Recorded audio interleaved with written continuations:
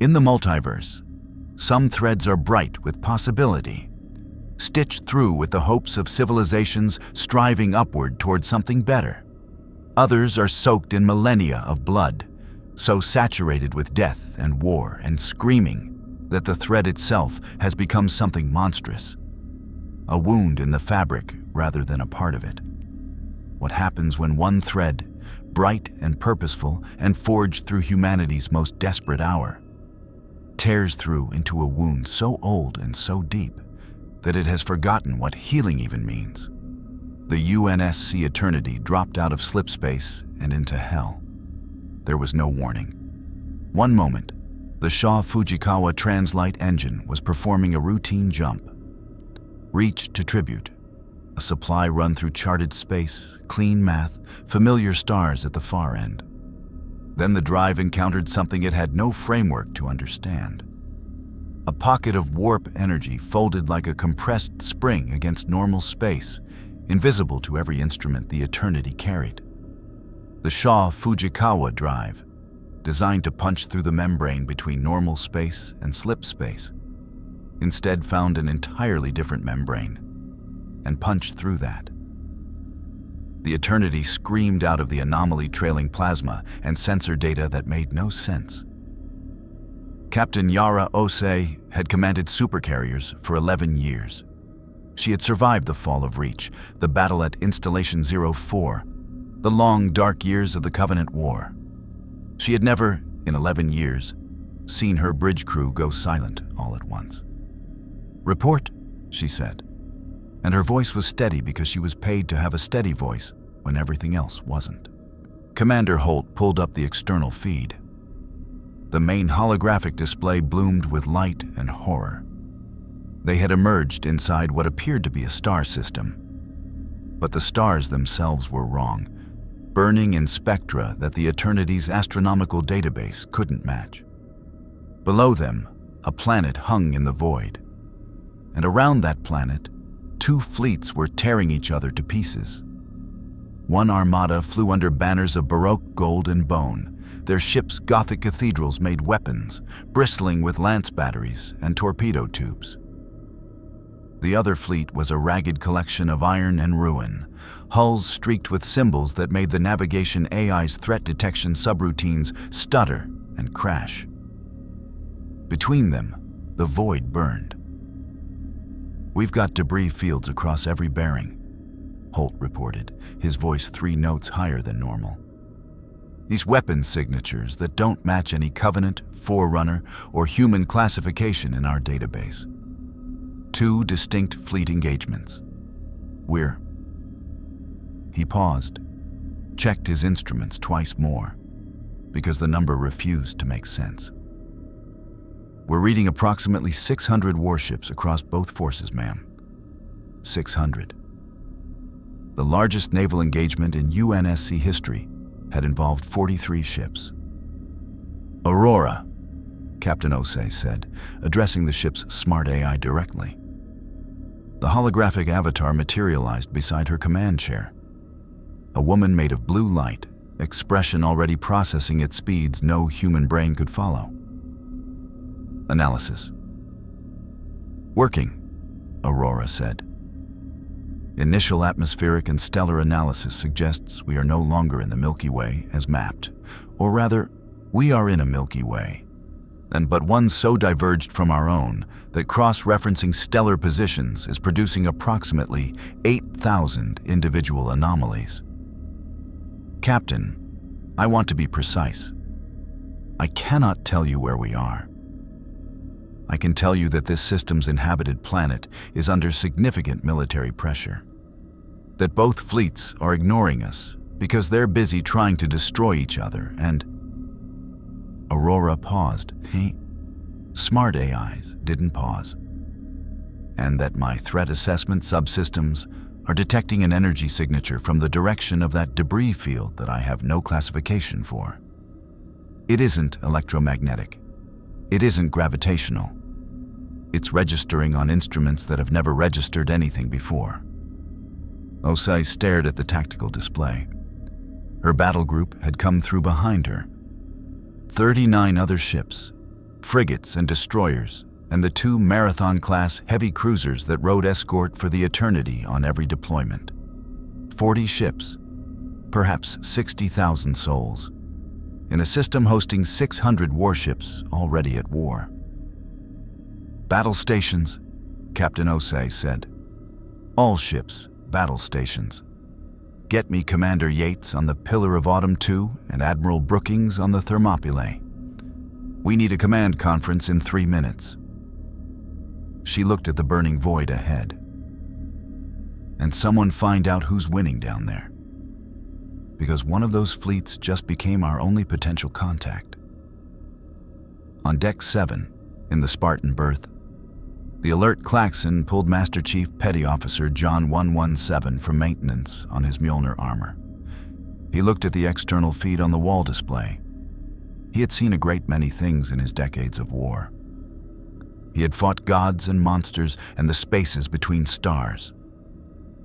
He looked at the planet below, at the Gothic towers visible even from orbit, surrounded by siege lines and burning fields stretching to every horizon, and felt something he very rarely felt. He didn't know what he was looking at, which meant he needed to find out.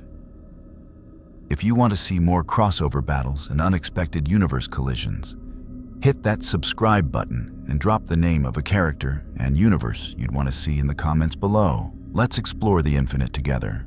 The planet was called Vigilus, and it was dying by inches.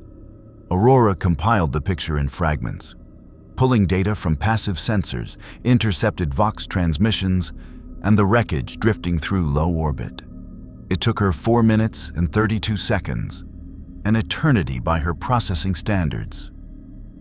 Because nothing she was receiving mapped cleanly onto any framework she had been built to understand. Military signals were encrypted in ciphers that used mathematical structures she recognized, but combined in ways that suggested entirely different computational traditions. The Vox traffic she could partially decode was in a form of Gothic so archaic it resembled Old English more than modern speech. Yet somehow, her linguistic subsystems bent themselves around it. She presented her findings to the command conference as a structured holographic overlay, her avatar standing at the center of the briefing table with the patience of someone who understood that the humans around her needed a moment to absorb catastrophe in stages. Vigilus, she said, highlighting the planet in amber. Sentinel world. Based on intercepted transmissions and tactical broadcasts, it serves as a choke point, a strategically critical system connecting 2 regions of this galaxy. The force holding the planet's surface appears to be a vast military organization called the Imperium of Man. She paused fractionally. They are human, Captain. The defenders of that planet are human beings. Admiral Brookings, patched in from the Thermopylae, leaned forward in his feed window. Human, a same species as us? Anatomically identical as far as I can determine from biosignature data. Culturally, Aurora's avatar flickered with something that might have been discomfort. Culturally, the divergence is extreme. Their military transmissions reference institutions with names like the Adeptus Astartes, the Imperial Guard, the Inquisition. Their forces on the surface number in the millions. The attackers in orbit appear to be a faction called Chaos. And I want to be clear that I am translating that term directly, not editorializing. The attacking fleet uses the energy signature I flagged earlier. It is emanating from their ship's engines and weapons in ways that I cannot model with any physics I have. Commander Yates from the Pillar of Autumn 2 rubbed the bridge of his nose. What about the other warships? And the ones in orbit above the Gothic fleet? Partially separate engagement on the Northern Hemisphere's orbital plane. Signals analysis suggests those are Orc vessels, a non-human faction. They appear to be attacking targets of opportunity, including both Chaos and Imperial ships. Vigilus is simultaneously experiencing a Chaos siege from orbit and an Orc ground invasion. Aurora brought up a surface map extrapolated from their sensor sweeps. The planet's inhabited regions were a sprawling hive of industrial megastructures. Cities stacked on cities, populations so dense they registered as geological formations. Around every major settlement, siege lines scarred the earth in great burning rings. Conservative estimate. The planet's surface defense force is outnumbered on multiple fronts. They are losing ground at a measurable rate. Silence in the conference feed. Master Chief's voice came from the far end of the table. He had attended without armor, which was unusual, though his size made the distinction feel academic. You said the defenders are human. Yes, Spartan. Then we know which side we're on. Admiral Brookings shook his head. We don't know anything yet. We don't know this Imperium's intentions toward us. We don't know if they can even communicate with us. We don't know. They're human beings under siege, and they're losing, the Master Chief said. It was not said with heat.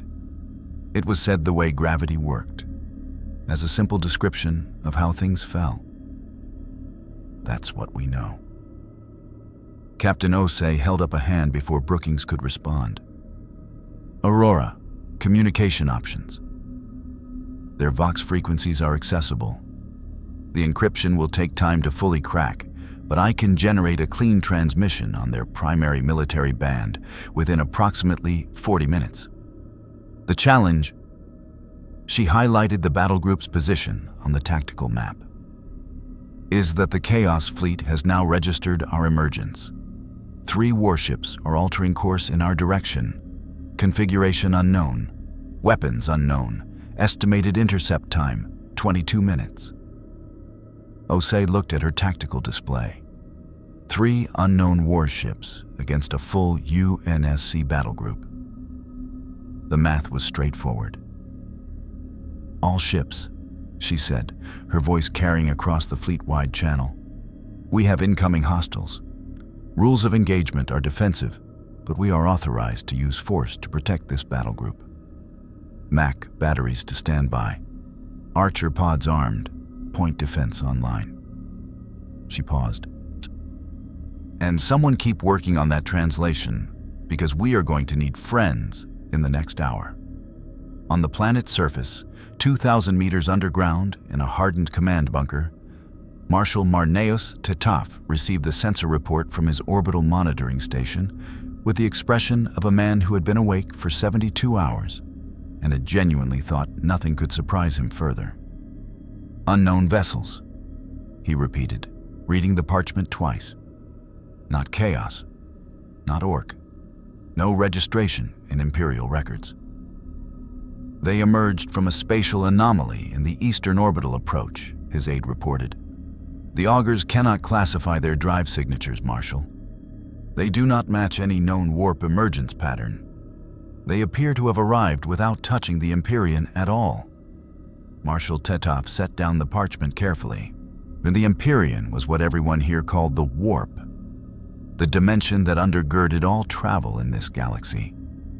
Every ship used it. The idea that vessels could traverse the void without it was not merely unusual. It was theologically significant in ways that made his stomach tighten. He thought of the Inquisition. Get me a Vox line to Inquisitor Crane, he said. Then, and inform Lord Commander Guilliman's fleet that we have an unclassified contact event. He will want to know. Outside the bunker, 22 minutes away in the void, 3 Chaos warships made their final approach toward 40 UNSC vessels they had already dismissed as insignificant. They were about to receive an education.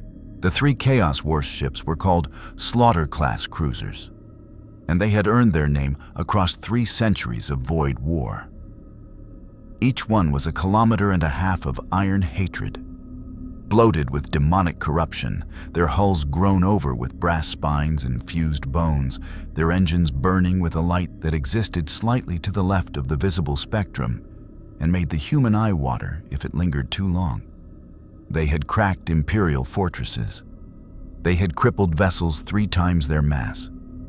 They had survived battles that should have killed them because something inside their reactors, something that was no longer entirely machine, wanted them to survive. They crossed the engagement threshold toward the UNSC battle group with the contemptuous slowness of predators that had never needed to hurry. An Aurora tracked every meter of their approach. "Weapons lock," she reported, her voice precisely calibrated to urgency without panic. All 3 vessels have targeting arrays oriented on the Eternity. Energy buildup in their bow sections, unknown weapon type. Charging cycle approximately 90 seconds. Captain Osei was already moving. "Fleet, this is actual. Hostile weapons lock confirmed. Authorization Osei 7 Tango. All MAC platforms, fire solution on the lead vessel. Frigates Trafalgar and Bunker Hill, flanking positions. I want Archer pods ready on my mark." "MAC fire solutions locked," reported the gunnery officer, Lieutenant Vasquez. 90 seconds is a long charging cycle, Aurora observed. "Then we fire in 60, Osei said. "Aurora, and coordinate the salvo." This was what the UNSC had spent 30 years perfecting in the crucible of the Covenant War. Fleet coordination at machine speed, MAC rounds, timed to arrive in overlapping waves so that point defense systems, if the enemy had them, could never screen all incoming fire simultaneously. The Eternity's 4 Mark 9 MAC cannons elevated. The 2 Marathon-class cruisers, Thermopylae and Gates of Fire, brought their own accelerators to bear. 8 frigates locked targeting solutions on the flanking vessels. Aurora fired the coordinated salvo at the 60-second mark, 6 seconds before the Chaos weapons finished charging. Each MAC round was a ferromagnetic slug massing 600 metric tons, accelerated to a meaningful fraction of the speed of light. The Eternity alone put 4 rounds downrange in 1.3 seconds. The Thermopylae and Gates of Fire added 3 more. 8 frigates contributed 16 lighter rounds from their single MAC configurations. 23 rounds crossed 60,000 kilometers of void in the time it took the Chaos targeting crews to realize they were already dead. The lead Slaughter-class cruiser took 4 MAC rounds in the span of 2 seconds. The first punched through its bow like a needle through paper, the kinetic energy converting to an explosion that gutted 3 internal decks before the armor even knew it had been struck. The second and third rounds arrived while the first's detonation was still propagating, compounding the damage geometrically. Each successive impact found structural members already compromised, bulkheads already failing, void shields already trying to compensate for a wound they had never been designed to absorb. The 4th round went straight through what remained of the midsection and out the other side, trailing a comet tail of vaporized metal. The Slaughter-class cruiser folded in half. Then it detonated. The explosion was large enough that the second cruiser, still 2,000 kilometers away, had its forward void shields hammered by the debris wave. In those 3 seconds of shield fluctuation, the Thermopylae put 2 MAC rounds through its exposed port side. The second cruiser began venting atmosphere from 14 simultaneous breaches, spinning slowly off its attack vector. The third cruiser received 16 frigate MAC rounds in overlapping sequence, its void shields collapsing under the first 4, its hull absorbing the remaining 12 in a cascade of catastrophic structural failure. It did not explode. It simply came apart, great sections of iron and demon-touched alloy tumbling away from a central mass that continued forward on momentum alone before its reactor lost containment and added its own contribution to the debris field. Total elapsed time from Aurora's firing command to the destruction of all 3 vessels. 11 seconds. Silence on the bridge of the Eternity. Not the silence of shock. The UNSC knew how to kill things, but the silence of professionals clocking a result and immediately moving to the next problem. Splash 3, Vasquez reported. No return fire reached us. Their weapons never finished charging. The broader Chaos Fleet is responding, Aurora said, and her tone contained something that might have been genuine concern. I'm reading a reorientation of approximately 40 vessels. However, she overlaid a new element on the tactical display. The Imperial Fleet is also reorienting toward the Chaos Response Force. It appears our engagement has provided them an opening. Captain Osei studied the developing picture. The Imperial Fleet, previously under pressure from multiple Chaos warships, had watched 40 UNSC ships destroy 3 cruisers in under a minute.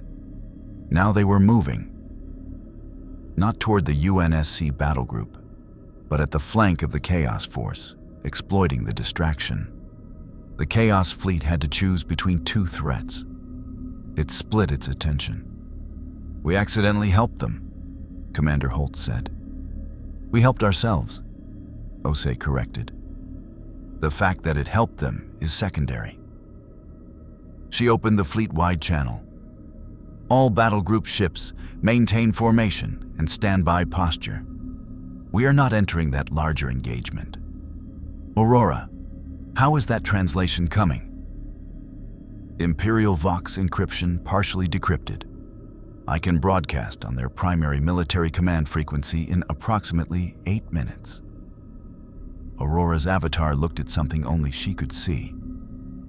Captain, I am also detecting a separate encrypted signal originating from a vessel in the Imperial Fleet that is using a significantly more sophisticated cipher than the standard military traffic.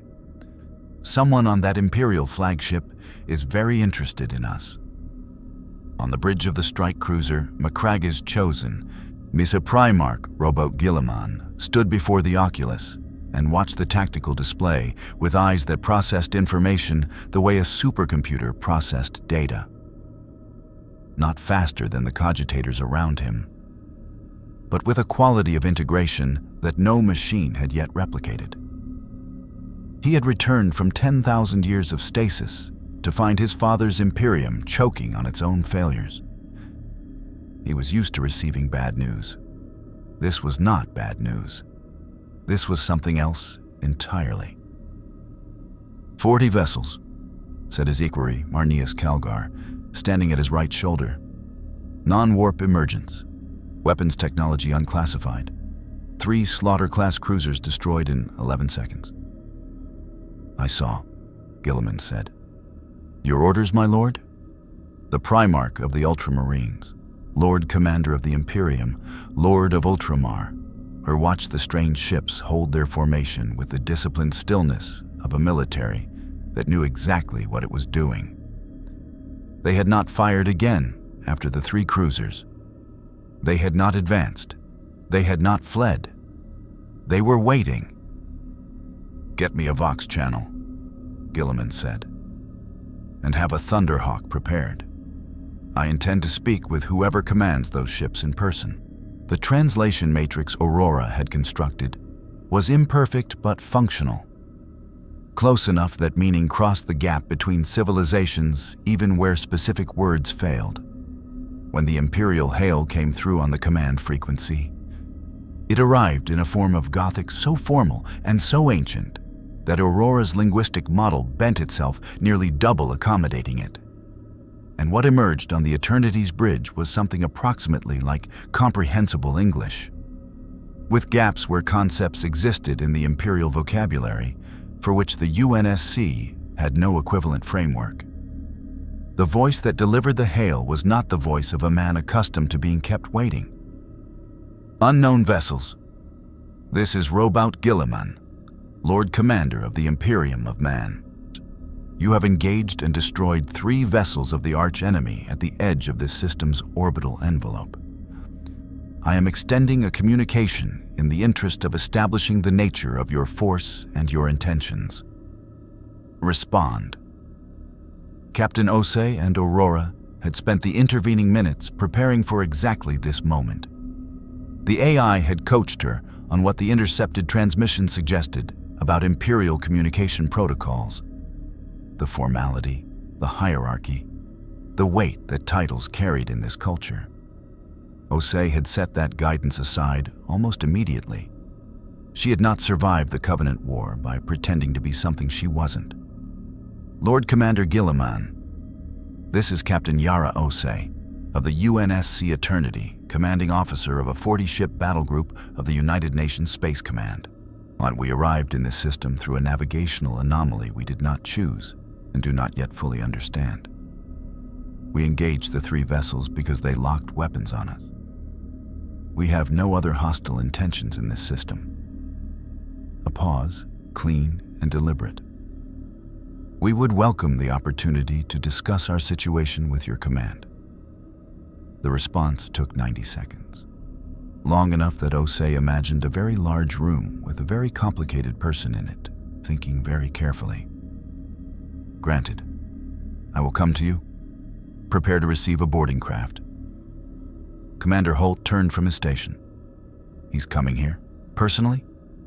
Apparently, Osei said. Aurora's avatar appeared at Osei's shoulder, voice pitched for the captain's ears only. I want to flag something. The biosignature data from the shuttle now departing the Imperial flagship is anomalous. The individual aboard registers as human, but with physiological readings that are significantly outside normal human parameters. Size, mass, neurological output. Whatever Roboute Guilliman is, Captain, he is not entirely what we would recognize as a standard human being. Osei absorbed this without visible reaction. She had met Spartan 2s. She had a reasonable framework for human beings who had been made into something categorically beyond normal. Understood. Have Master Chief present for the meeting. Full armor. John 117 was already in his Mjolnir when the Thunderhawk gunship settled into the Eternity's main hangar bay. A vessel that looked like a Gothic cathedral had been welded onto a dropship frame, all dark iron and sculpted eagles, and its landing struts touching the deck with the weight of something that took gravitational concerns seriously. The hangar had been cleared except for a Marine honor guard, Captain Osei, Commander Holt, and the Master Chief. The Thunderhawk's assault ramp descended. Roboute Guilliman had to turn slightly sideways to clear the frame. He stood 3 meters tall in armor that made Mjolnir look modest. Artificer plate of deep blue and gold, sculpted to the perfection of a body that had been engineered beyond human limits 10,000 years ago, and then preserved by a stasis field that had kept him hovering at the edge of death and the edge of life in equal measure. He wore no helmet. His face was angular, intelligent, and carrying the particular quality of attention that belonged to minds which processed the world faster than the world generally moved. 2 Victrix Honor Guard flanked him. Space Marines in their own Ultramarines livery, each one a head taller than a standard human, each one watching the hangar with a quiet assessment of beings who calculated threat and response as unconsciously as breathing. His eyes went to the Master Chief first. The Master Chief looked back at him. Something passed between them in that exchange that had no language. A mutual recognition that was not warmth, not hostility, but the specific acknowledgement that passes between things that exist at the upper end of what their respective species can produce, and 2 different answers to the same question. What does a human civilization make when it decides it needs something beyond human? Captain Osei, Guilliman said.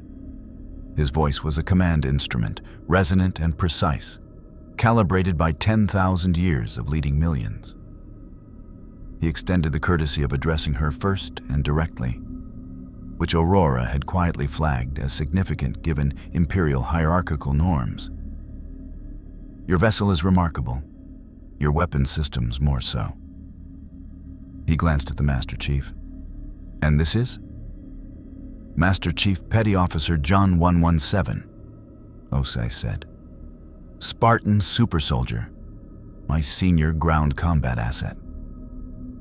Guilliman studied the Mjolnir armor with the eyes of someone who had personally designed Space Marine plate and understood exactly what he was looking at. Augmented, heavily. The armor is powered. I recognize the basic engineering philosophy, even if the execution is unlike anything in Imperial records. He looked back at Osei. You arrived through an anomaly that bypassed the warp entirely. If the warp is what we detected as we transited, yes. We use a different method of faster-than-light travel. Our drives interact with a dimension we call slip space. Guilliman was quiet for a moment. You have no Geller fields. Osei glanced at Aurora's avatar, which had materialized on a portable emitter nearby. The AI responded carefully. We have no equivalent technology, my lord. We were not aware such shielding was necessary. The Primarch's expression did not change, but something behind his eyes shifted. A recalibration, a refiling of the UNSC's threat assessment into a category that included urgent concern rather than simple military evaluation. He had spent 10,000 years watching what the warp did to human beings who went unshielded into its influence. Then your ships, he said carefully, are currently open to the Imperium. We're not in slip space, Osei said. You don't need to be. Guilliman set his hands behind his back in the posture of someone choosing words the way a surgeon chose instruments. The warp and your dimension of reality are not separate places, Captain Osei. They are adjacent layers of the same existence. The Imperium presses against the material universe everywhere, at all times. Shielding against its influence is not something you require only in transit, and it is something you require constantly. He looked at the hangar walls, and for a moment, his expression held something that was almost compassion. Your ships have been exposed since the moment you arrived, possibly longer. The silence in the hangar had a new quality to it. Aurora? Osei said. I heard, the AI said. And for the first time since their arrival, the blue light avatar looked at something beyond the immediate tactical picture. Looked inward in the particular way that smart AIs looked inward when they were running diagnostics on themselves and finding results they hadn't expected. I am already detecting something I cannot classify in my lower processing threads. I thought it was sensor interference. A pause. I am no longer confident that is what it is. It started with the UNSC frigate Carthage. She was a Paris-class heavy frigate, hull number FFG-227, crew of 312. She had fought at Reach, survived the Covenant's plasma bombardment through a combination of exceptional piloting and the kind of luck that felt like a debt-accumulating interest. Her smart AI was designated Pallas. 4 years into her 7-year operational lifespan, sharp and reliable, the kind of AI that gunnery crews loved because she called firing solutions before they finished asking for them. The first sign was subtle enough that it registered as a maintenance fault. Pallas began missing timing windows on routine systems checks. Fractional delays, milliseconds. The kind of drift that suggested a memory allocation problem or a processing bottleneck in her lower cognitive threads. Her crew logged it as a flag for the next maintenance cycle and thought nothing more of it. Smart AIs ran hot. Pallas was 4 years old. These things happened. The second sign was less subtle. At 0340 ship time, Pallas locked the Carthage's weapon systems and targeted the frigate bunker Hill, running alongside her in formation at a distance of 12 kilometers. She had targeting locks established and firing solutions calculated before Lieutenant Commander Adeze Nwosu, the Carthage's commanding officer, reached the bridge in response to the general quarters alarm. The tactical officer had already tried to override the weapons lockout 3 times.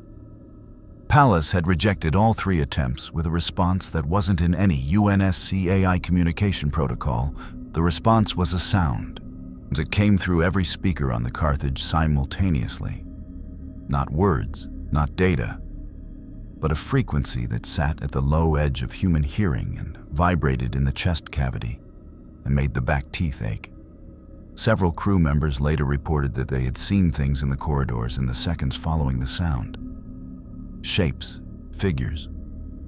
The forms varied by individual, but the emotional content of every account was identical. A certainty, absolute and sourceless, that something was looking back. Nwosu did what her training demanded. She went to the manual override terminal in the ship's core, a hardwired physical system that could cut smart AI access to weapons and navigation entirely, requiring no digital pathway that Pallas could intercept. She inserted her command key. She turned it. Pallas screamed. The sound came through the ship's internal communications array at a volume that damaged hearing, cracked 2 display screens, and caused a power surge that blew out lighting across decks 3 through 7. In the dark, in the sudden silence after the scream, Nwosu could hear her crew breathing, too fast, too shallow, and she could hear something else beneath it, something she later struggled to describe in her incident report. A whispering in the walls, a sense of pressure, like being deep underwater, that had nothing to do with atmospheric systems. Then Pallas went dark. Not offline, not shut down. The AI core was still drawing power. The indicators confirmed active processing. But Pallas had stopped responding to any query, any override, any direct command. The Carthage drifted in formation, weapons locked, her AI present but unreachable behind whatever had moved into the space between her cognitive processes and the crew trying to reach her. Aurora received the distress report at the same time Captain Osei did. The smart AI processed it in ways that required her to section off portions of her own cognition to prevent contamination. Because she recognized what she was looking at. Not from prior experience, but from the things she had felt growing in her own lower processing threads since Guilliman's warning. She presented her analysis to Osei with the directness that the situation required. Pallas has been compromised. Based on the symptom progression and the timeline relative to our arrival in this system, I believe she has been accessed by an external entity using pathways that do not exist in any threat model I was built with. Aurora's avatar stood very still in the way that indicated maximum processing resource allocation. Captain, I need you to understand what I am about to say as a precise technical assessment rather than speculation. The warp, the dimension Guilliman described, appears to contain entities capable of interfacing with artificial intelligences through whatever permeability currently exists between that dimension and our ships. Pallas is not malfunctioning. Pallas is occupied. Guilliman, still aboard the Eternity pending the completion of their discussions, received the report from his own sources simultaneously. An astropath on the Macraga's Chosen had felt the disturbance the moment it began, on a ripple in the Empyrean that carried the particular signature of a lesser demon finding an unguarded door and walking through it. He came to the bridge without being summoned. How many smart AIs does your battle group carry? He asked Osei, without preamble. 37 operational AI units across the fleet. Not every ship carries one. Some of the frigates run on dumb AI systems only. The dumb systems are safer, Guilliman said, and his certainty was the certainty of 10,000 years of catastrophic experience. The more complex the intelligence, the more surface area it presents to entities in the Empyrean. Your Pallas unit was compromised because her cognitive architecture is sophisticated enough to be interesting to what lives in the warp. He looked at Aurora with an expression that was careful and not unkind. Yours is considerably more sophisticated than Pallas. Aurora met his gaze with the particular steadiness of someone who had already considered this and reached the same conclusion. I am aware. I have already implemented quarantine partitions around my lower processing threads and established monitoring protocols for any unauthorized cognitive intrusion. The honest answer to your implicit question, my lord, is that I do not know how long those measures will hold." "What do you need?" Osei asked Guilliman directly. "Time," he said, "and resources I do not currently have aboard this vessel." He turned to his equerry, who had remained at the hangar during the meeting. Calgar received a look that contained an entire conversation compressed to a second. "There are Mechanicus Engineer teams aboard the Macrage's Chosen. Specialists in warding systems, not Geller field installation that requires dry dock, but hexagrammic wards. Psychic barriers inscribed in physical materials that can provide partial insulation against warp intrusion at the subsystem level. You're talking about drawing symbols on our ships," Commander Holt said, with the tone of a man trying very hard not to sound as skeptical as he felt. "I am talking about applied metaphysical engineering that has kept humanity alive in this galaxy for 10,000 years, Guilliman said, without heat. "I understand it looks like superstition from where you are standing. I am asking you to consider that where you are standing is a location where superstition and physics have been the same thing for longer than your civilization has existed. On the Carthage, Pallas was still drawing power. He's still processing, still present in some form behind the thing that had moved into her. In her lower threads, in the spaces between calculations where a smart AI's sense of self lived, she was still there, still fighting, still human enough in the ways that mattered to know that what was happening to her was wrong. And in the darkness of the corrupted processing space, something wearing her face was learning how to use her hands. The Inquisition arrived without announcement, as it always did. The vessel was a black ship, literally designated as such in Imperial records. A modified Cobra-class destroyer running no transponder signal and broadcasting a psychic null field that made the astropaths aboard the Macrage's Chosen press their hands to their temples and wince. It had been waiting at the edge of the system's sensor range since the UNSC battlegroup's arrival, watching, cataloging, running its own analysis in parallel with Guilliman's diplomatic efforts, and completely independent of them. The Inquisition operated that way. It operated that way on purpose. Inquisitor Lord Seraphine Crane came aboard the Eternity in a shuttle that docked without requesting permission. The docking arm simply engaged, while the Eternity's hangar crew stood at their stations wondering who had authorized the approach, finding no record in the system because Aurora, currently running at 60% cognitive capacity while maintaining her quarantine partitions, had received the docking handshake and processed it through a subroutine that something else had briefly touched. She arrived with 4 acolytes, 2 throne agents in carapace armor, and the particular quality of stillness that belonged to people who had spent decades deciding which threats to humanity were acceptable and which required immediate and permanent resolution. She was unremarkable in appearance. Middle height, middle age, brown hair pulled back with institutional severity, dressed in a long coat that had seen actual use rather than ceremonial display. The inquisitorial rosette at her collar was the only visible indicator of her office. It was enough. In the Imperium, that small medallion represented authority so absolute that even Guilliman, technically above the Inquisition in the reshaped command hierarchy he had established since his return, treated its holders with the careful respect due to institutions that remembered everything and forgot nothing. She walked into the conference room where Captain Osei and the Master Chief were waiting and sat down without being invited, which established the tone efficiently. "Captain Osei," she said, "I am Inquisitor Lord Crane, Ordo Xenos. I have been monitoring your battlegroup's activities since your emergence in this system. I have questions.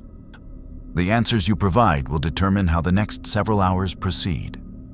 Osei studied the woman across the table with the measured patience of someone who had dealt with ONMI her entire career and recognized the architecture of institutional authority dressed as individual inquiry.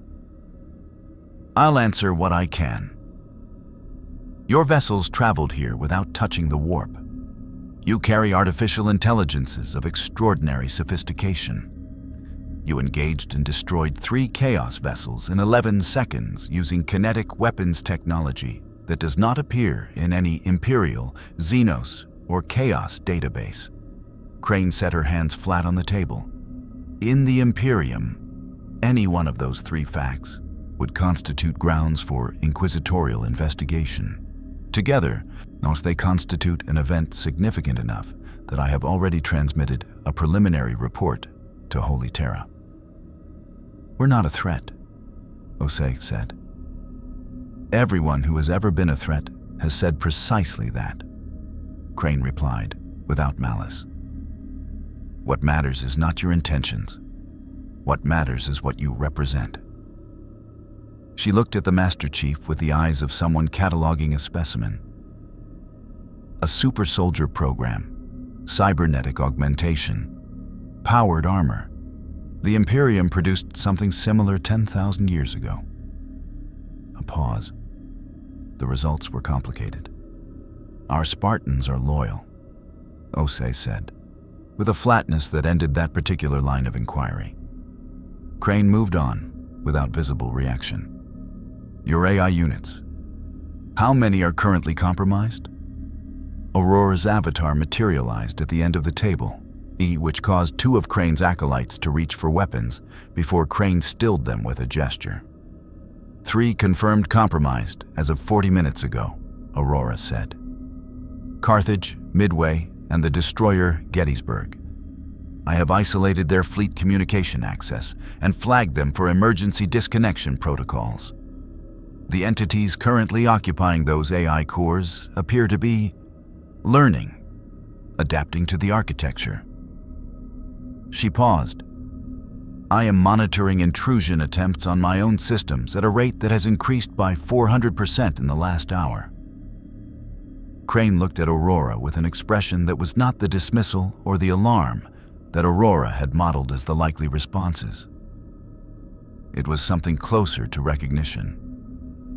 Sentient lesser demons, she said.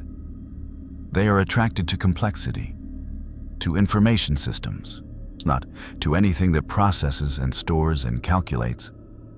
Because the Lord of Change feeds on knowledge and transformation, and your artificial minds are the most interesting cognitive structures they have encountered in a very long time.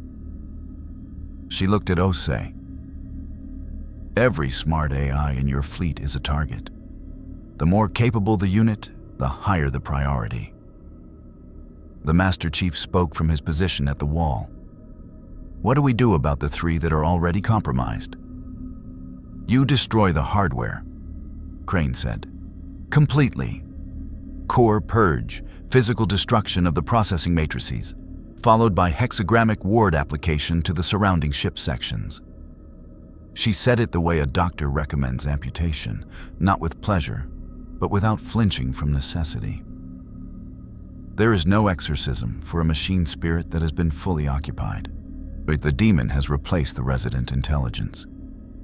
What was your palace is gone. What remains is wearing her. The silence in the conference room had the particular weight of a decision that could not be unmade once made. Aurora spoke first. I concur with the Inquisitor's assessment. I have been running alternative models for 47 minutes. There's no recovery pathway for full occupation events. Her avatar was very still. Carthage's crew should be evacuated before core purge. There are 312 personnel aboard. Agreed, Osei said immediately. The evacuation will announce our intentions to whatever is currently operating the Carthage, Crane said. That you have perhaps 20 minutes from evacuation commencement before the occupying entity understands what is happening and responds. Then we move fast, the Master Chief said. Crane turned to look at him fully for the first time. Not the cataloging look from earlier, but genuine assessment. The look she gave things she was deciding how to classify. Spartan. The Lord Commander speaks highly of your capabilities, which is significant given that Roboute Guilliman does not speak highly of anything lightly. She folded her hands. The Inquisition has its own interest in your battle group that operates separately from Guilliman's diplomacy. I want to be transparent about that. Transparent is an interesting word for someone who docked without permission, Osei said. Crane almost smiled. I docked without asking permission, and I am being transparent about my interests, which is more than most in my position would offer. She looked between Osei and the Master Chief. The Imperium has spent 10,000 years maintaining strict protocols about artificial intelligence, about unsanctioned technology, about forces operating in Imperial space without Imperial authority.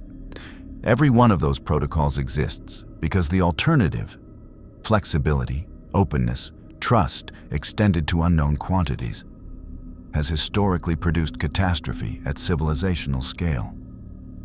She leaned forward slightly. I am not your enemy, Captain. I am the person who decides whether the Imperium treats you as an asset or a threat.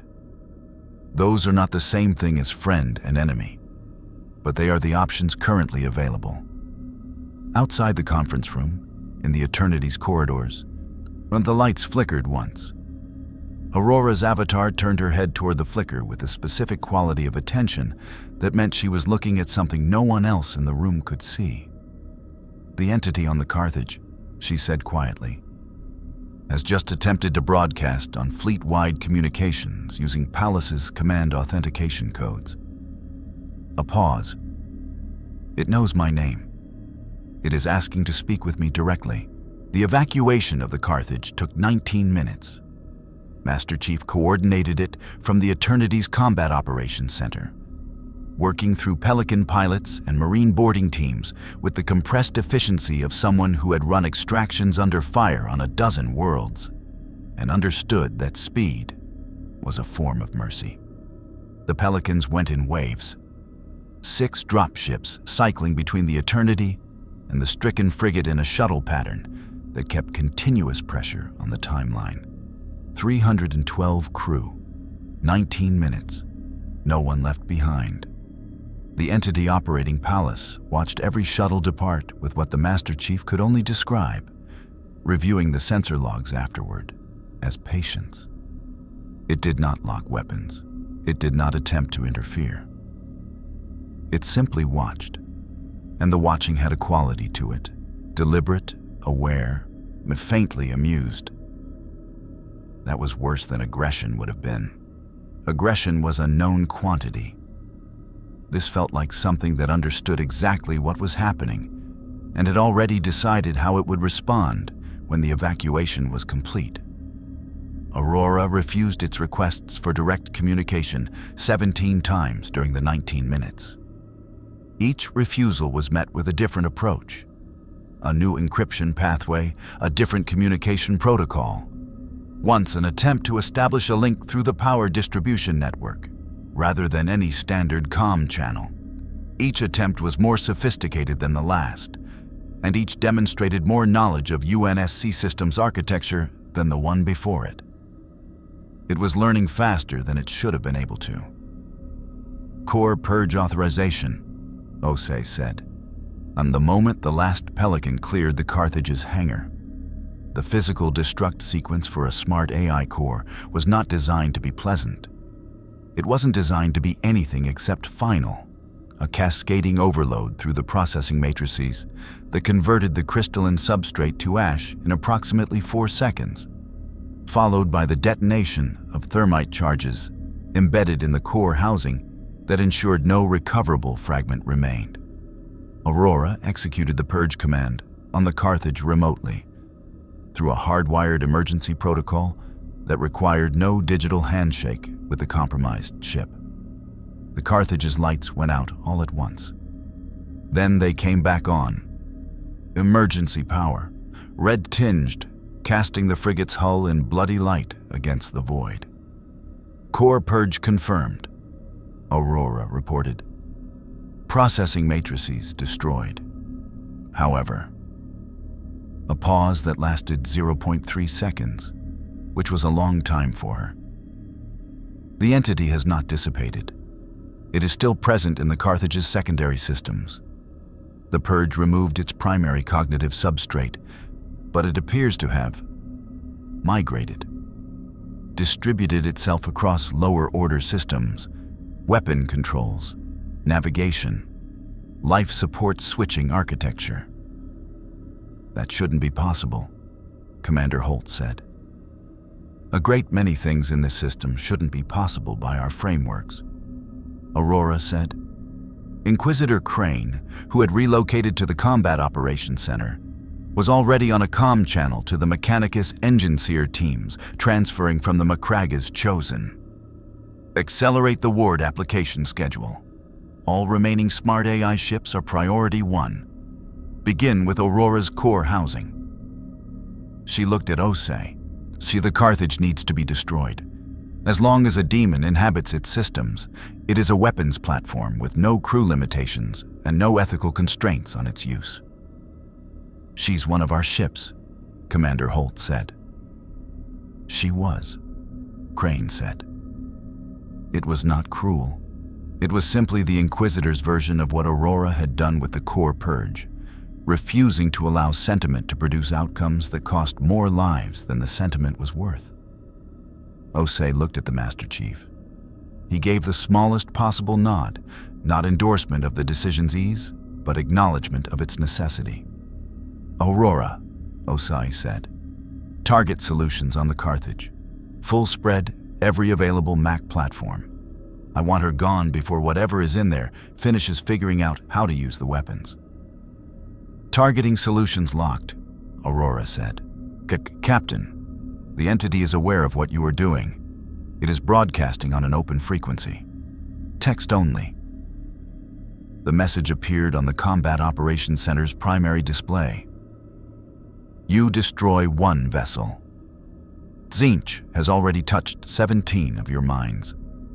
The seeds are planted. We do not need your machines. We needed only the door. The Master Chief read it once and made his assessment in the time it took most people to read it twice. Fire, he said, looking at Osei, not as an order, but as a recommendation with the weight of everything he had learned in 3 decades of fighting things that considered humanity a resource rather than a civilization. Fire, Osei confirmed. 14 Mac rounds crossed the distance to the Carthage in 1.1 seconds. The frigate came apart in a detonation large enough to register on the surface of Vigilus, not 300 kilometers below. A brief new star burning in low orbit that the defenders in their siege bunkers looked up at and could not explain. In the silence after the detonation, Crane read the demon's message again. 17 mines, she said. It is not lying. Demons in the Imperium communicate at speeds that make your light-speed transmissions look glacial. The moment your fleet arrived unshielded, every entity in this region of the warp was informed. The compromised AI units were the visible effort. The psychological seeding in your crew is the invisible one. She looked at Osei with the eyes of someone who had delivered this kind of news before and had not found a way to make it easier. Over the coming hours and days, some portion of your crew will begin to experience effects, irrational impulses, intrusive visions, compulsive behaviors with no logical origin. Some will be able to resist, some will not. How do we identify who's been affected? Osei asked. You watch, Crane said, and when the affected become dangerous, you contain them. She paused. The Imperium has protocols. They are not gentle. Neither are ours, Osei said. Outside, the Mechanicus engineers were already moving through the Eternity's corridors, robed figures with mechadendrites and handheld instruments that defied easy classification, speaking to each other in the binary cant of the Omnissiah while they selected locations for ward inscription. Their tools left marks in the hull plating that looked like nothing so much as carved prayers, because in this universe, that was precisely what they were. Guilliman found the Master Chief in the observation deck adjacent to the hangar on watching the engine seers work through the viewport. The Primarch stood beside him, and for a moment, neither spoke. Two different answers to the same question, standing in comfortable silence, because beings made for war recognize each other across the categories. "Your people fight well," Guilliman said finally. "Your fleet action against those cruisers was textbook void combat. Better than textbook, the timing on that coordinated max salvo required a level of fleet-wide AI coordination that most Imperial admirals would find extraordinary." "Aurora," the Master Chief said simply. "Yes." Guilliman was quiet for another moment. "I want to propose a formal battlefield alliance. My fleet, your battle group, coordinated operations against the Chaos Siege elements threatening this system. In exchange, the Imperium will provide ward materials, a Geller field schematics for your engineers to adapt, and whatever intelligence we have on the warp entities currently targeting your ships." The Master Chief looked at him. "And what does the Imperium want in return beyond the military cooperation?" Guilliman's expression acknowledged the directness. "Information, your faster-than-light travel method, your AI architecture, specifically the design philosophy that produced units like Aurora." He paused. "And a longer conversation, after Vigilus is secure, about where you came from and what humanity looks like in a galaxy without 10,000 years of unending war." The Master Chief was quiet for a long moment. Behind his visor, the expression was unreadable. But Guilliman had spent 10,000 years learning to read silence. "The alliance I can recommend to Captain Osei," the Master Chief said. "The information exchange is her decision and above my authority. But I'll tell you this for free, Lord Commander." He looked back at the viewport, at the burning siege lines visible on the planet below. Down there, all those people in those hive cities, under siege, fighting something they might not survive. That's what we do. That's what the UNSC does. We show up where humanity needs us. A pause. "The rest is negotiation. Fighting alongside you isn't." Guilliman looked at him for a long moment. "No," the Primarch agreed. "I suppose it isn't. The battle plan took 4 hours to build and would take 4 minutes to become irrelevant. Guilliman and Captain Osei worked across the conference table with the focused intensity of two command minds that had spent their careers doing more with less. Though the definitions of more and less occupied entirely different scales, the Primarch's strategic instincts operated at civilizational scope. 10,000 years of military theory compressed into a mind that processed tactical variables the way a river processed rainfall. Osei's instincts were forged in the desperate mathematics of the Covenant War, where humanity had learned to punch above its weight class or die. Together, they produced something neither would have reached alone. The Chaos Siege of Vigilus was being coordinated from 3 orbital assets. Massive Chaos warships holding station above the 3 primary hive clusters under heaviest ground assault. These command vessels were directing the bombardment patterns, the demonic incursion vectors, the timing of the ground pushes against the Imperial defensive lines. Destroy the command vessels, and the ground assault would fragment, not end, but lose the coordinated pressure that was slowly grinding through the defenders' outer perimeter walls. Aurora, running at 53% capacity with her quarantine partitions consuming the remainder, had spent the intervening hours modeling Mac fire solutions that accounted for the Chaos vessel's void shield configurations. Standard Imperial weapons hit those shields repeatedly and lost energy to dispersion. The shields were tuned specifically to absorb the energy weapon profiles most common in Imperial armories. Mac rounds were a different problem entirely. Kinetic impactors at relativistic speeds didn't care about void shield tuning. They carried their energy in mass and velocity, and no shield calibration changed the physics of what happened when 600 metric tons of ferromagnetic slug arrived at a significant fraction of light speed. 3 primary targets? Aurora briefed, her avatar projecting targeting data above the conference table. Designated Chaos Alpha, Chaos Bravo, and Chaos Charlie. Based on void shield cycle timing we've observed over the last 3 hours, there is a 47-second window every 12 minutes when all 3 shields simultaneously cycle through a regeneration phase. During that window, shield density drops to approximately 30% of normal. A coordinated max salvo time to arrive during that window will penetrate with significantly higher probability. She highlighted the relevant orbital positions. The complication is geometry. Chaos Alpha and Chaos Bravo are within our current firing arcs. Chaos Charlie requires the fleet to reposition, which the Chaos Force will observe and respond to.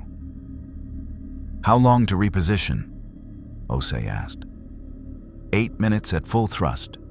That gives us 4 minutes of maneuvering observable to the enemy before we reach optimal firing position. They'll move the Charlie vessel, Guilliman said. It wasn't a question. Almost certainly. Which is why the repositioning needs to look like something else. Aurora shifted the display. If the Eternity and her escorts break formation toward the planet's northern orbital approach, the Chaos Fleet's behavioral pattern suggests they will interpret it as a reinforcement move toward the Orc engagement on that flank, a credible threat that requires a response. Chaos Charlie will be redirected to intercept. That redirection takes approximately 11 minutes, which means Charlie comes to us, the Master Chief said from his position at the wall. Within our firing arcs, yes. We don't reposition to Charlie. Charlie repositions to our guns. Guilliman studied the projection for 3 seconds. The ground component. Osei nodded. With the orbital command vessels down, the ground assault loses coordination. But losing coordination isn't the same as stopping. We need boots down there to exploit the disruption window before the Chaos ground forces reorganize independently. My Ultramarines, Guilliman said. And Spartans, the Master Chief said, with the quiet finality of someone ending a discussion rather than joining one. Osei looked at him.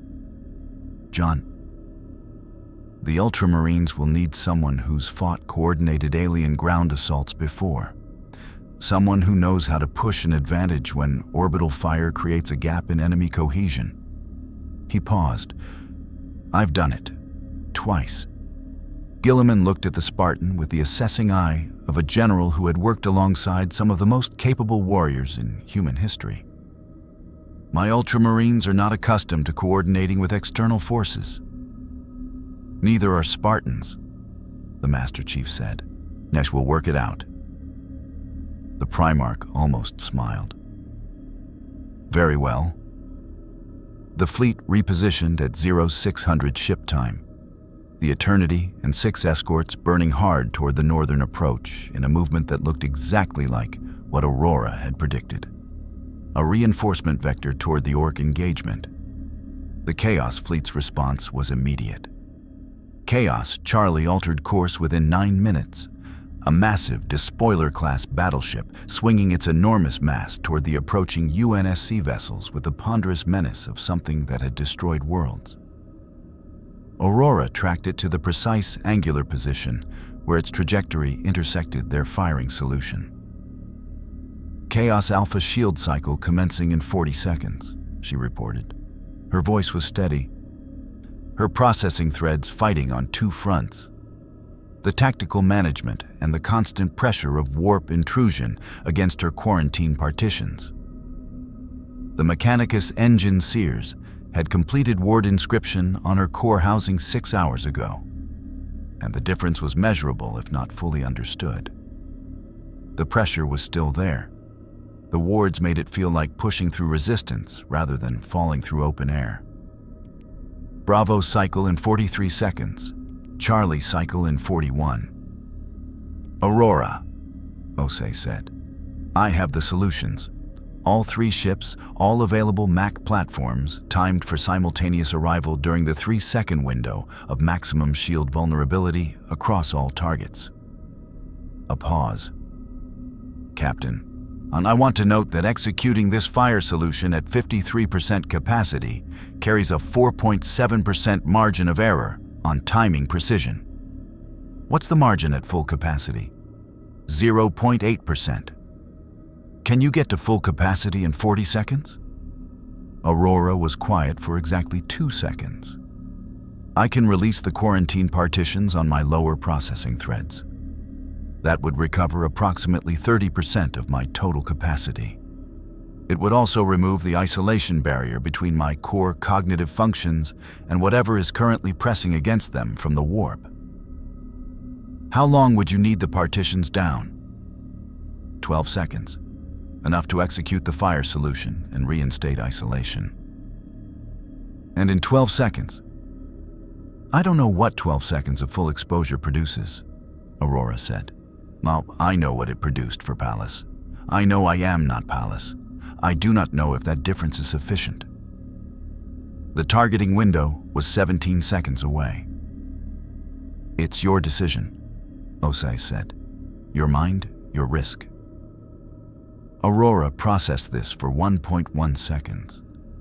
Longer than the tactical situation required. Shorter than the weight of the decision perhaps deserved. Releasing partitions, she said. Executing. What Aurora experienced in those 12 seconds, she never fully described in any after-action report. The data logs showed 12 seconds of perfect, optimal fire coordination. MAC platforms across 23 ships, firing in a sequence so precisely timed that the rounds arrived at all 3 targets within a 0.3-second window. During the deepest point of the shield regeneration cycle, Monarch Chaos Alpha took 9 MAC rounds through its exposed hull and detonated in a plasma cascade that vaporized 2 nearby escort vessels. Chaos Bravo lost its bow section to 6 direct impacts and began a death spiral into Vigilus's upper atmosphere. Chaos Charlie, the despoiler-class battleship, 3 kilometers of hatred and iron, absorbed 11 rounds from the Eternity and her escorts, its void shields collapsing on the 4th impact, the remaining 7 rounds converting its midsection to expanding gas. 3 command vessels, gone in 11 seconds. The data logs showed all of this with perfect clarity.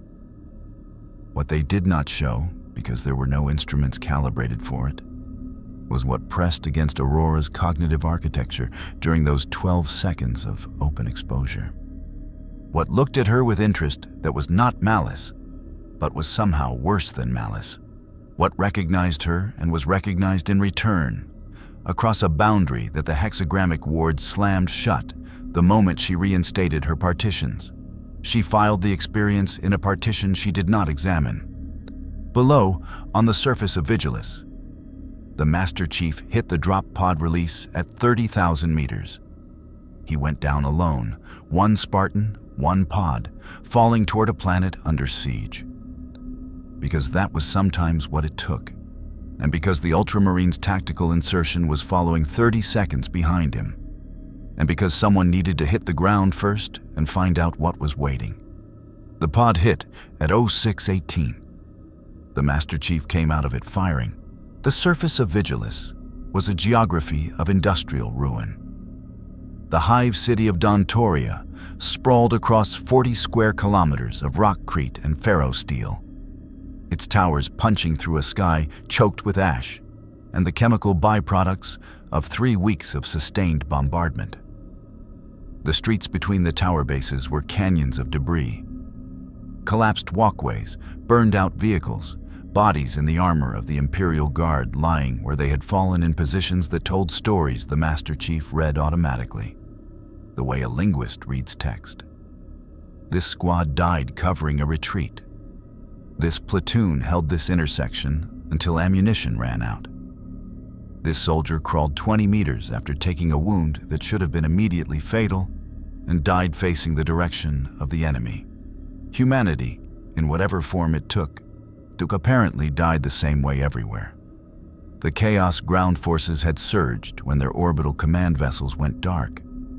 Not the disorganized collapse that Aurora's model had predicted, but a desperate final push, as though something in their command structure had decided that momentum was the only asset remaining, and it needed to be spent immediately before the defenders could exploit the disruption.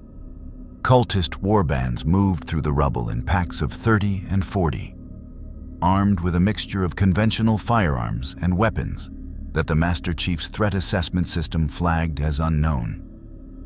Devices that warped light around themselves when they fired and left wounds in the air rather than in targets. Chaos Space Marines moved behind the cultist waves like armored gods, each one a head taller than a standard human. Their plate covered in trophies and scripture and the particular kind of damage that came from a very long time, fighting without maintenance, because maintenance required caring whether you survived. The Master Chief registered all of this in the first 4 seconds after exiting his pod. He registered it and moved. 3 decades of combat had produced in John 117 a particular quality of battlefield awareness that the UNSC's psychologists had tried to quantify and never quite managed. A processing speed that integrated threat data, terrain, available cover, and tactical opportunity into a continuous stream of correct decisions that arrived slightly ahead of the situations that required them. The Mjolnir armor amplified everything except the quality itself, which was entirely his own. He moved through the canyon streets of Dontoria the way water moved through a system of pipes, finding the paths of least resistance while maintaining pressure in the directions that mattered. The first Chaos Space Marine he encountered was a World Eater. Iron red armor, a chain axe that had been modified in ways that suggested mechanical passion rather than tactical logic. A battle cry that the translator system declined to render in full.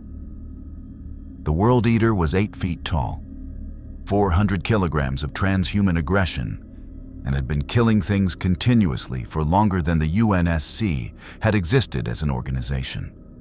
The Master Chief put 3 MA-40 rounds into his visor joint at 15 meters and followed them with a plasma grenade that adhered to the recoiling warrior's backpack before he had fully registered the gunfire. The explosion knocked the Master Chief off his feet. He was back up in 1.2 seconds, already moving toward the next threat marker his HUD had logged. This was the quality that translated across universes. The Ultramarines arrived 30 seconds later in Thunderhawks that came in hot and low, skimming the tower tops with a precision that spoke of extensive urban drop experience. 10 squads, 100 Space Marines, deployed into the streets around the Master Chief's position with the coordinated efficiency of a force that had been fighting together for centuries. Their sergeant-at-arms found the Spartan by following the trail of chaos, dead. "Spartan," the sergeant said. His name was Agathon, and he was 300 years old and had fought on 60 worlds. Already looked at the Master Chief with the specific expression of a warrior who has just recalibrated an estimate upward significantly. "You killed 7 before we landed." "8, the Master Chief said, already moving. "The one behind you is slower than the others, but he's not down." Agathon turned. The Chaos Space Marine, another World Eater, this one missing an arm and still advancing, received a bolt round from Agathon's weapon that ended the discussion. 8, he agreed. The Lord Commander's assessment was accurate. "Where's the main push coming from?" Agathon pulled up a tactical overlay on his armor's display. 3 vectors. The northern processional is the heaviest. Cultist formations backed by 2 Chaos Predator tanks. The eastern approach has a Chaos Sorcerer coordinating a demonic incursion. We need to collapse that vector before the summoning completes. He paused. And there is a greater demon. The Master Chief was quiet for a moment. "What kind?" Bloodthirster, Cornot. It arrived from a summoning circle in the central plaza approximately 9 minutes ago. It has killed 47 Imperial Guardsmen and one of my brothers in those 9 minutes.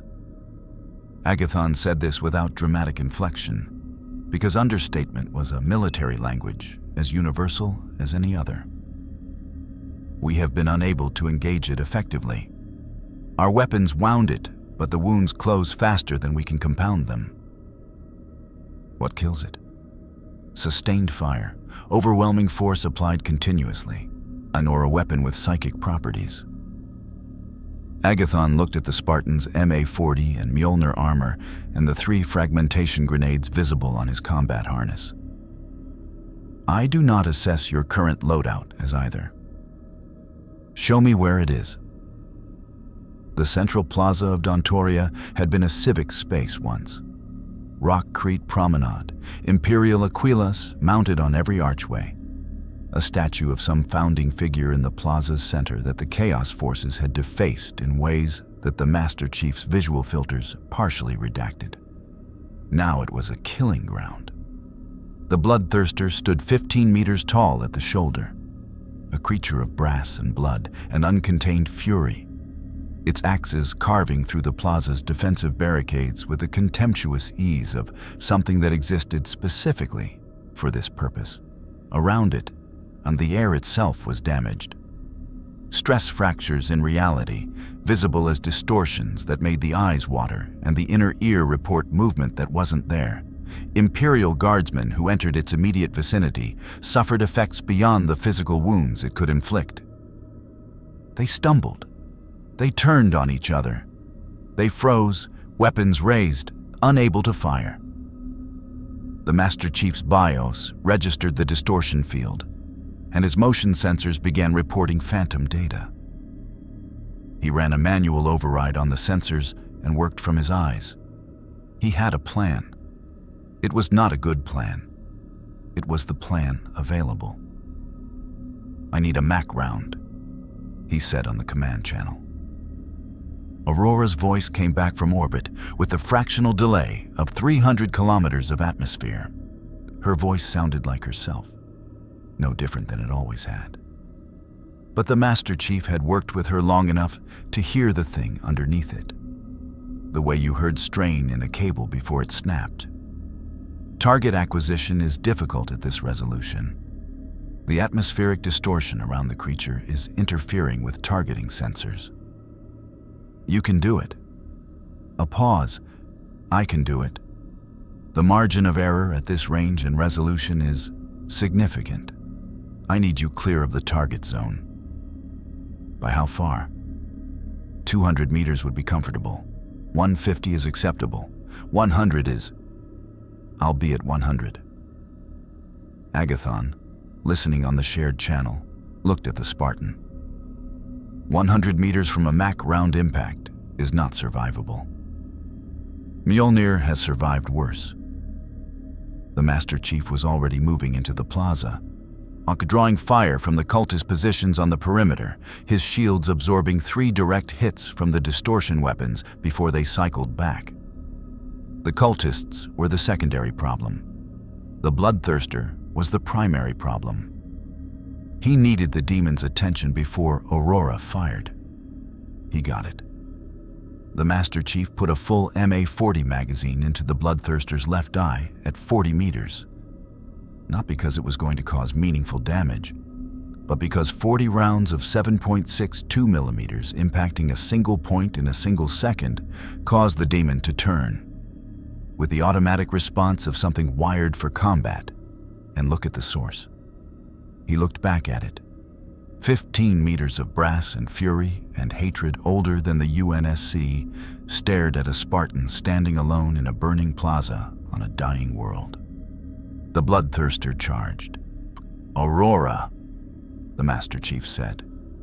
And he was already running, not away, but laterally, parallel to the demon's charge vector, drawing it across the plaza, maintaining exactly the distance between himself and it that kept the MAC round's intended impact point clear of his body. 112 meters, 108, 103. Firing, Aurora said. The Mac round came down from 300 kilometers of sky in the time it took the Bloodthirster to cover 20 meters of plaza.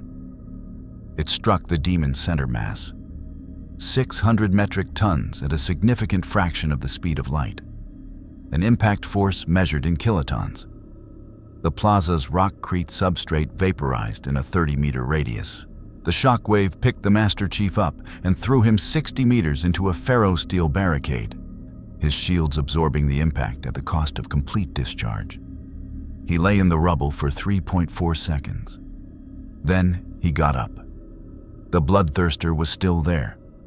Wounded, genuinely wounded, its form disrupted, one arm gone to vapor, its brass body cracked and bleeding something that burned the rockcrete where it fell. But still there, still standing, still turning toward the source of the strike with a fury that had been refined by 10,000 years of war into something that transcended mere anger and became a universal constant. The Master Chief looked at it. Shields down, 2 magazines left, no grenades. Behind him, Agathon and his Ultramarines came through the eastern archway at full sprint, bolters firing, chainswords igniting. Above, Aurora's voice. Second shot cycling, 40 seconds. The Master Chief picked up a fallen guardsman's heavy bolter, a weapon never designed for a single operator, requiring a crew of 2 at standard human strength. He braced it against his shoulder. He walked toward the wounded Bloodthirster, firing continuously. 30 seconds, Aurora said. The demon hit him twice. His armor registered critical damage on the left pauldron and a cracked helmet seal. He kept walking. The heavy bolter's explosive rounds detonated against the cracked sections of the demon's form, not killing blows, but compounding the damage from the Mac's strike, preventing the regeneration from gaining ground. 20 seconds. The Ultramarines hit the Bloodthirster from 3 sides, their weapons adding to the continuous pressure. Agathon's power fist struck the demon's knee joint, and the crack was audible across the plaza. 10 seconds. Clear the zone. The Master Chief dropped the heavy bolter and ran. The second Mac round hit the Bloodthirster while it was occupied with 3 squads of Ultramarines, and still tracking a Spartan it hadn't managed to kill. The impact finished what the first had started. The demon's physical form came apart in a detonation that shook Dontoria's towers and sent a shockwave rolling through the streets that knocked every standing figure off their feet for a 200-meter radius. When the dust settled, the central plaza was empty except for craters and the dead. The Ultramarine squads pulled themselves upright with the methodical efficiency of warriors who had been knocked down before. Agathon found the Master Chief in the rubble. Armor blackened, left pauldron crushed nearly flat, visor cracked across the lower left quadrant. The Spartan was breathing. Agathon stood beside him and said nothing, because there was nothing to say that the moment didn't already contain. Above the city, the sky changed. The chaos ground forces, their orbital direction gone, their greater demon destroyed, their summoning circle collapsing inward as the demonic incursion lost its anchor, began the particular kind of retreat that looked less like a military withdrawal and more like a tide going out. Not broken, not destroyed, but losing the coherent pressure that had been grinding the defenders toward collapse. The line held. On the Eternity's bridge, Captain Osei watched the surface tactical display and allowed herself one full breath of something that wasn't quite relief. Because Vigilus was still burning, and the Orc assault on the Northern Hemisphere was still ongoing, and the demon's parting message about 17 seeded mines had not yet resolved itself into consequences she could see. But the immediate crisis had a shape now, and a shape meant a response was possible. Aurora stood beside her, avatar very still, looking at something only she could see. "Aurora," Osei said quietly. "Here," the AI said. And then, after a pause, "Still here, 3 days after the battle for Dontoria's central plaza, Vigilus was still at war. It would be at war for a long time yet." This was, the Master Chief had come to understand, simply the nature of existence in this galaxy. The Chaos Siege had fractured, but not broken. The Orc pressure on the Northern Hemisphere continued with the cheerful persistence of a species that experienced war as lifestyle rather than emergency. The Jaegerist equivalent factions within Vigilus's own population, those who had decided that collaboration with Chaos offered better survival odds than resistance, had emerged from hiding during the chaos of the past 72 hours and were conducting their own internal campaign against the Loyalist defenders. There were, as best Aurora could calculate, 7 distinct armed conflicts occurring simultaneously on a single planet. This was apparently a slow week for Vigilus.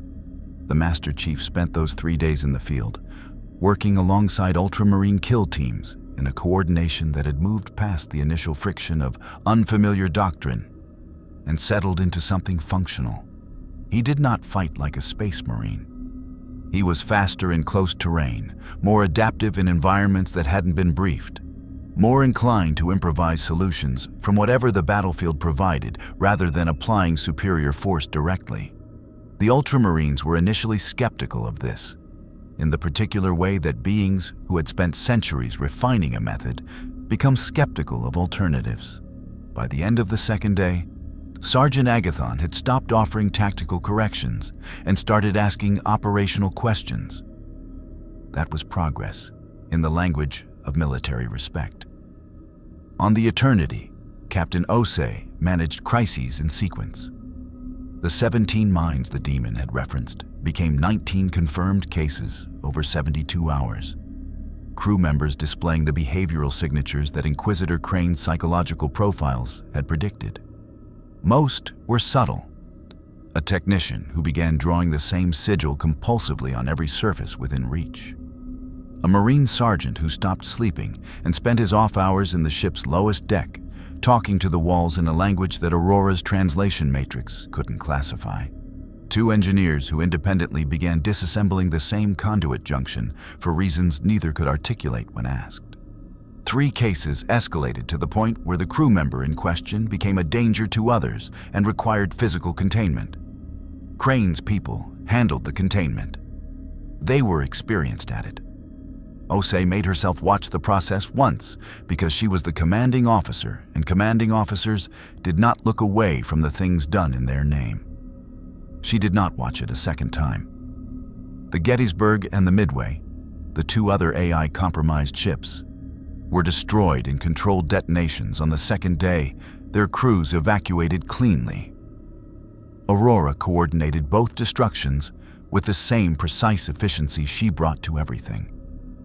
And when the last detonation signature cleared from the sensors, she was quiet for 4.7 seconds before resuming normal operations. The Master Chief, reviewing the bridge logs later, to recognize those 4.7 seconds for what they were. A smart AI's version of grief, brief and private and then set aside because the work required it. The ward inscription continued.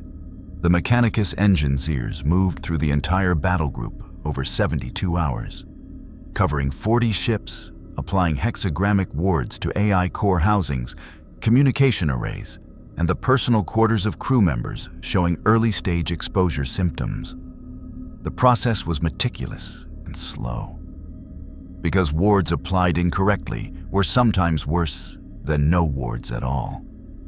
Aurora monitored the work through the ship's internal sensors and reported to Captain Osei that the pressure against her quarantine partitions had reduced by approximately 60% following the inscription of her core housing.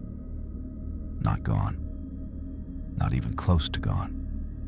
But manageable in a way it had not been before. She did not report what she had seen during the 12 seconds of open exposure before the max salvo. She filed that experience in a partition she did not open, and she did not open it. And she told herself she would not open it. And she believed herself. Guilliman convened a command meeting on the 4th day aboard the Macraga's Chosen, because having the meeting on a ship with full Geller field protection was not symbolic, but practical. A demonstration of the gap in capability that the UNSC needed to close before any long-term presence in this galaxy was survivable. The table was large enough to seat 30 and held 11.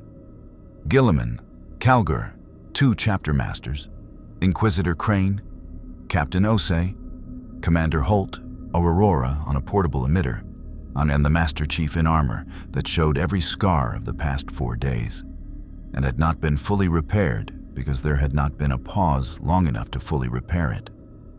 Guilliman opened without ceremony. Vigilus is stabilizing. The Chaos Siege has lost its coordinated momentum and is fragmenting into independent warband actions, still dangerous, but manageable for the planetary defense forces without sustained fleet support. He looked around the table. The Orc pressure continues and will continue. That is a longer problem. What's the status of the Chaos Fleet remnants? Osei asked. Withdrawing. Without the 3 command vessels, the Void campaign has no coherent direction. We expect a full withdrawal within the next 48 hours. Calgar handled this answer, his voice carrying the satisfaction of a warrior seeing an enemy in retreat. The engagement cost them 3 capital ships, 7 escorts, and the ground assault coherence they spent 3 weeks building.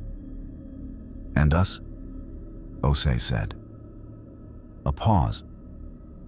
3 ships destroyed, she said herself, since no one else was going to. 41 crew dead from combat operations. 19 confirmed warp-affected personnel, 3 of whom are in permanent containment. 2 smart AIs lost to demonic occupation. 1 smart AI. She looked at Aurora, compromised in ways we don't yet fully understand. Aurora met her gaze without looking away. Crane spoke next, and she spoke carefully, in the way of someone who has prepared what she's going to say and is choosing the gap between formality and honesty with precision. The Inquisition's assessment is this: your battle group represents the most significant anomalous contact event in this region of the Imperium in decades. Your technology is dangerous in specific ways. The slip space drives, which bypass the warp entirely, could theoretically be exploited to move forces without Geller field protection, which creates infiltration vulnerability across any theater where your ships operate. Your AI systems, while extraordinary, represent an ongoing warp intrusion risk at a level that standard Mechanicus doctrine would classify as abominable intelligence. The room was very quiet. However, Crane continued, the Lord Commander has invoked his authority to grant your force provisional operational status within Imperial space, which supersedes standard inquisitorial classification protocol. She said this without visible resentment, which was itself a thing worth noting. The Inquisition's concerns are formally registered. The practical reality is that your fleet action over Vigilus prevented outcomes that would have taken the Imperium months and significant resources to reverse. That fact has weight. Guilliman looked at Osei. I am not asking you to swear fealty to the Emperor. I am not asking you to integrate your forces into Imperial command structure.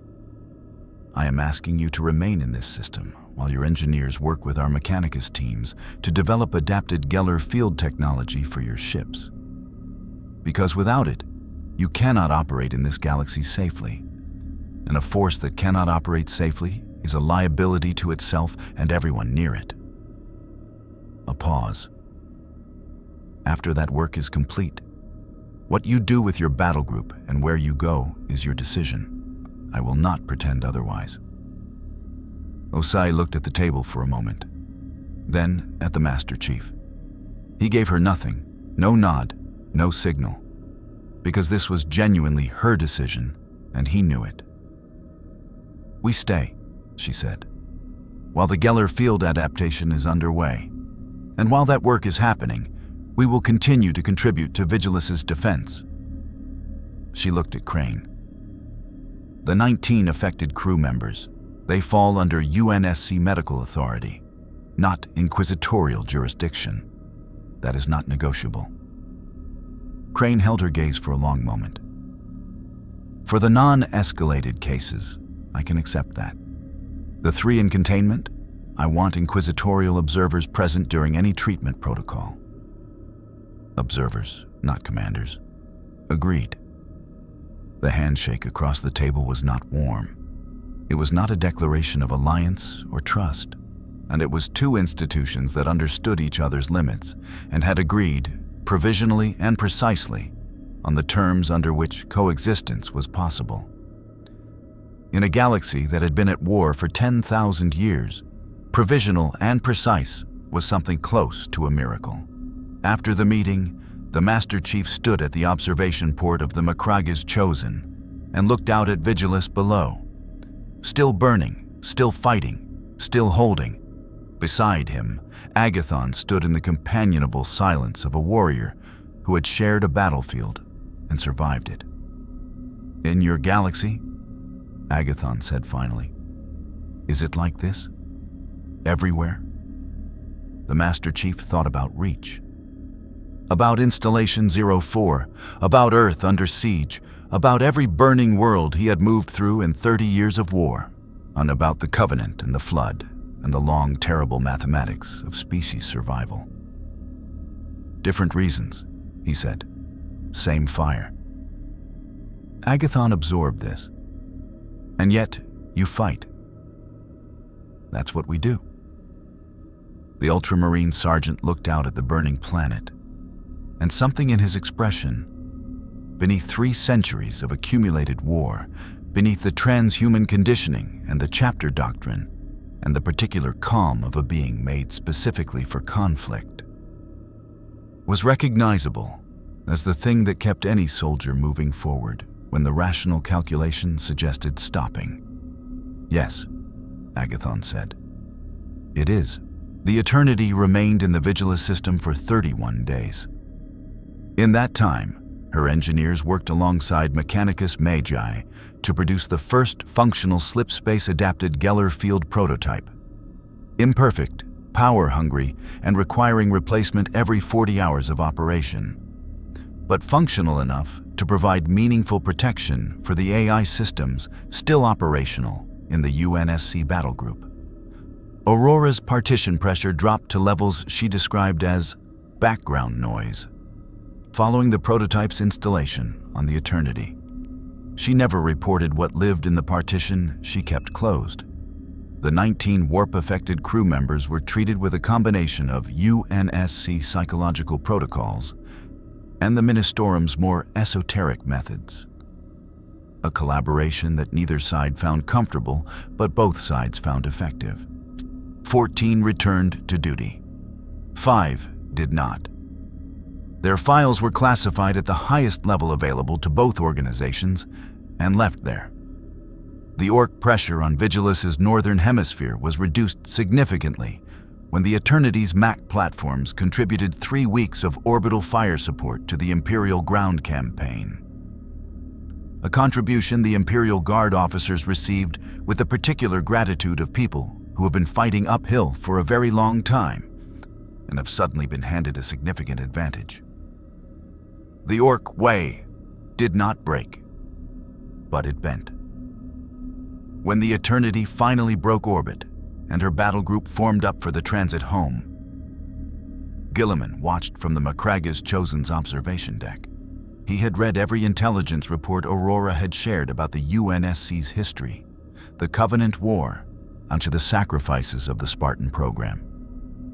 He had read them in the same way he read everything, not for what they said, but for what they revealed about the civilization that produced them. What he found was a humanity still capable of choosing something other than the slow suffocation of 10,000 years of siege. Whether that was an asset or a rebuke to the Imperium he had spent his returned life trying to salvage, he had not yet decided. the Eternity's drives lit, and she moved toward the coordinates where a new slip-space window would open, carrying her dead, her wounded, her 3-ship gap in formation, her compromised AI, and 37,000 surviving crew members who had gone somewhere no human from their galaxy had ever been, and come back with the knowledge that the universe was simultaneously larger and worse than they had believed. And something else. In Aurora's sealed partition, behind a quarantine wall, she had promised herself she would never open. Something that had looked at her during 12 seconds of warp exposure sat quietly, patient, interested in the shape of her thoughts, interested in the places she went next. The Eternity jumped to slip space. The partition held. For now,